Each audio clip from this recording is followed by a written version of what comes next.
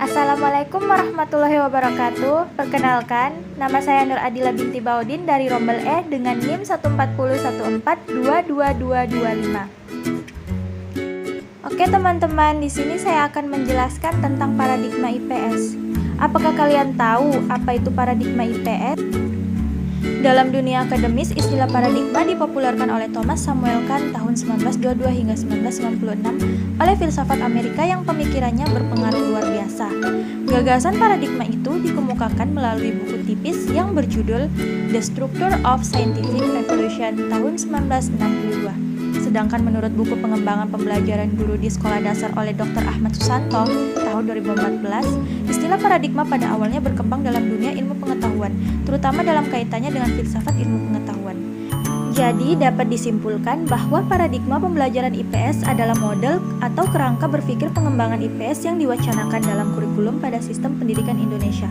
Dan juga IPS merupakan studi yang mempelajari tentang masyarakat atau manusia dan merupakan ilmu pengetahuan sosial yang diambil dari ilmu sosial. Dalam IPS terdapat juga 3 paradigma pembelajaran IPS. Yang pertama, IPS sebagai transmisi kewarganegaraan, yang dimana tradisi pembelajaran IPS yang menekankan pada pewarisan nilai-nilai kepada peserta didik agar mereka memiliki pedoman dalam berperilaku dan menjadi warga negara yang baik. Adapun nilai-nilai yang diwariskan yaitu cita-cita universal, cita-cita nasional, cita-cita regional, kebudayaan aneka ragam, personal ideals and values. Adapun tujuan IPS sebagai transmisi kewarganegaraan, yang dimana agar siswa menguasai sejumlah nilai-nilai dan membentuk kewarganegaraan dengan membentuk keyakinan sehingga siswa memiliki sikap yang benar dan berpartisipasi. Selanjutnya, metode. Pendekatan yang digunakan ialah indoktrinasi, yaitu memiliki anggapan dasar bahwa pengajar memiliki kewajiban untuk menanamkan nilai-nilai mandiri.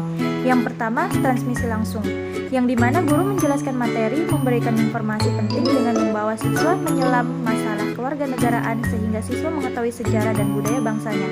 Dan yang kedua, transmisi tidak langsung, di mana siswa hanya menemukan dan menginterpretasikan sendiri nilai-nilai yang tepat. Dalam hal ini, guru mengajarkan siswa berpikir kreatif. Yang ketiga, transmisi berorientasi pertanyaan, yang dimana siswa harus aktif dalam bertanya dan menyelidiki untuk mengetahui informasi secara mendalam. Yang kedua, IPS sebagai reflective inquiry. Inquiry merupakan tradisi pembelajaran IPS yang mengajak guru dan murid untuk bekerja sama, mengidentifikasi suatu masalah yang cocok untuk mereka dan masyarakat. Adapun contohnya, guru dan siswa sedang berkolaborasi tentang masalah siswa yang bersangkutan.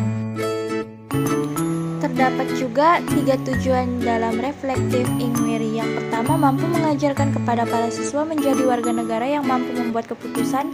Kedua, agar murid mampu mengidentifikasi masalah dan meresponnya serasional mungkin. Ketiga, membantu para siswa untuk berpikir secara kritis tentang isu yang terjadi.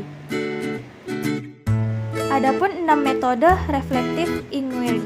Yang pertama, experience atau pengalaman, yang dimana pengalaman diperoleh dari setiap interaksi individu dengan lingkungannya. Yang kedua, kebimbangan dan ketidaktentuan, yang dimana guru menimbulkan perasaan bimbang dan ketidakteraturan, membangun motivasi sehingga murid mulai berpikir. Yang ketiga, framing the problem, yang dimana siswa mulai membuang kerangka dan batasan masalah. Yang keempat, memformulasikan hipotesis, di mana siswa merumuskan hipotesis sementara.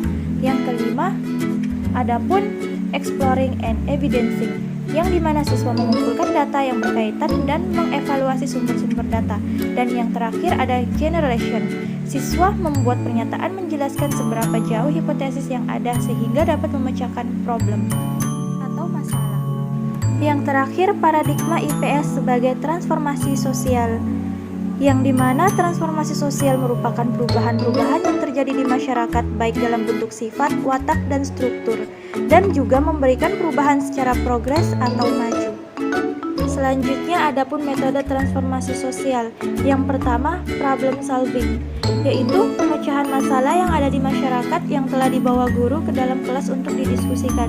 Yang kedua, discovery learning, yaitu menemukan solusi, prinsip, atau konsep atas suatu masalah untuk diberikan kepada masyarakat, seperti para pengambil kebijakan guna menyelesaikan masalah yang ada. Dan yang terakhir, pembelajaran proyek, yaitu di mana siswa diajak langsung untuk ikut serta dalam berbagai proyek pembangunan sosial.